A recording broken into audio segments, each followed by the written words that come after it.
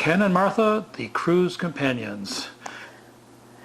We're about to take a cruise in these post-COVID times on the Viking Venus, and we are experienced cruisers. We've been cruising since the 70s, but we have never dealt with a COVID cruise before, and we've had a lot of questions about how it's going to work and what it's all about, and even if it's going to go.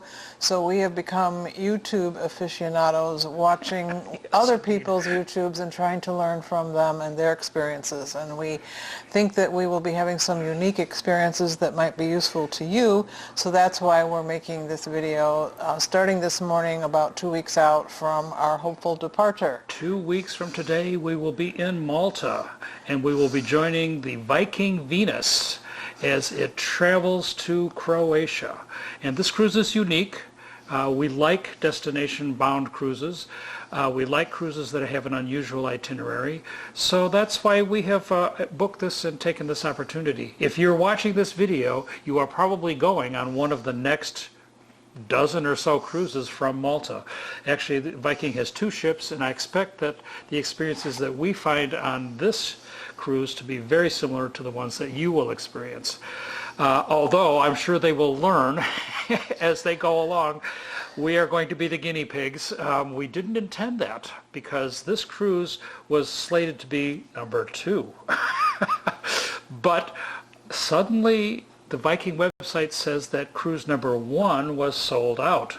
But it really probably wasn't. Now, the other sold out cruises are still on their website for later on in the summer, but number 1 is no longer there, so I assume they're not really sailing that trip. We have no affiliation with Viking. We have no affiliation with anybody. We're doing this on our own as a service to you, and maybe you can share with us your experiences, because there's actually very little information being shared about this cruise, because nobody knows. So our intention is to make a series of episodes as we go into the future. We will be, oh boy, we will be looking at the various aspects of the cruise. We hope to be taking the video camera with us as we go on the shore excursions, as we board the ship, as we go on the airplanes, so that you will know exactly what to expect. And take a look at the comments, and maybe there'll be some additional topics that we should be covering. But for the time being, because we've been cruising for almost 40 years, we feel like we know the industry pretty well and how it used to be. Yes. And so I think it'll be easy for us to talk about the things that have been changed by all the safety precautions and health changes related to COVID. We've seen wonderful YouTube videos about the ship itself and the deck plan and the cabins and the food. So we're not going to talk about those things, because those things are already out there. We're going to talk about things that are currently affecting travelers as they re-enter the travel world after COVID. So we got an email about a month ago that introduced us to this cruise, and I said to her, hey, we don't have anything to do in July. Our last cruise was on the Harmony of the Seas in February of 2020. We have not been in an airplane since November of 2019. Yeah. We are avid travelers, so we are anxious to get on the road and see what's going on in the world. And Malta seems like a really good place to go. We've been to Malta once. We've been to Malta once before on a long cruise, just for the day, and I checked my notes that I make when we travel, and I said, oh, this place is beautiful, we have to come back. It's taken us 10 years, but we are planning on coming back, and we're really excited about the itinerary. Not only does it go to Malta, but we have some 5 stops, I think, on the Croatian coasts, and that's a beautiful area as well. Most of these cities we've been to, but it has been over 30 years, back when it was Yugoslavia. So we'll tell you what's new. What's new on the Croatian coast. So when we called Viking in response to this email that we got, we were greeted with great enthusiasm. Yes, oh, we finally got a live one who's brave enough to go on this cruise. We didn't think of ourselves as being brave. They encouraged us to invite friends to join us, and we have tried to do that, but for various reasons nobody else has. Certainly it's kind of last minute. Some people have other plans made, and it's a little bit iffy, which puts some people off. We totally understand that. So if you're traveling on July 14th, we will see you on the ship. But Viking has sent us our luxurious luggage tags, and This is the it. little tags you put around the handle of your luggage so it gets delivered to your stateroom So we have a stateroom, with our name on it, so they obviously think we're coming. and that's the extent of the information we've gotten from Viking. As she said, we called, we made the reservation, they expected payment, we paid in full. We didn't take the air. We were a little bit ambivalent about the air because it wasn't that cheap.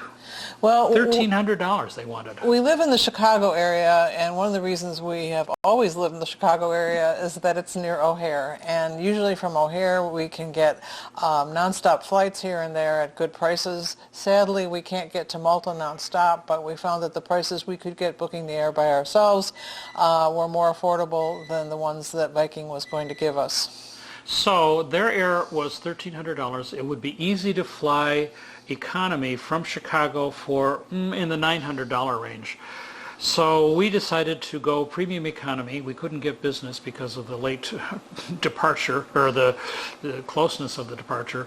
So we're flying premium economy for about $1,400 from O'Hare. And that is just one stop. We could have gotten a little bit cheaper if we'd taken two stops, but so we're flying Lufthansa from Chicago to Munich, and then Lufthansa all the way to Malta with a 4-hour layover in Munich. Not too bad. We're used to that sort of stuff. After we booked, it is clear that they have made other air arrangements. There now is a Lufthansa charter. It's not really a charter. They've taken the Newark to Munich flight and they've changed it from Newark to Malta 3 times a week. So 3 times a week it's going to make a round trip to Malta directly from Newark. And that would be a nice alternative for us, but it was not available. And At the time we booked. We'd already paid and taken care of our tickets. So for you, this may be a very viable option. And you have to think the ship holds about 930 passengers, and the plane holds about 270. So 3 times a week, they can bring in about half the passengers because there are 2 ships. So we'll see how that works out. But they can bring in a lot of people in a short time. Plus, the return flights were much easier because most of the return flights would leave early in the morning, and so passengers would not be able to get on the return flights. They would have to wait a day.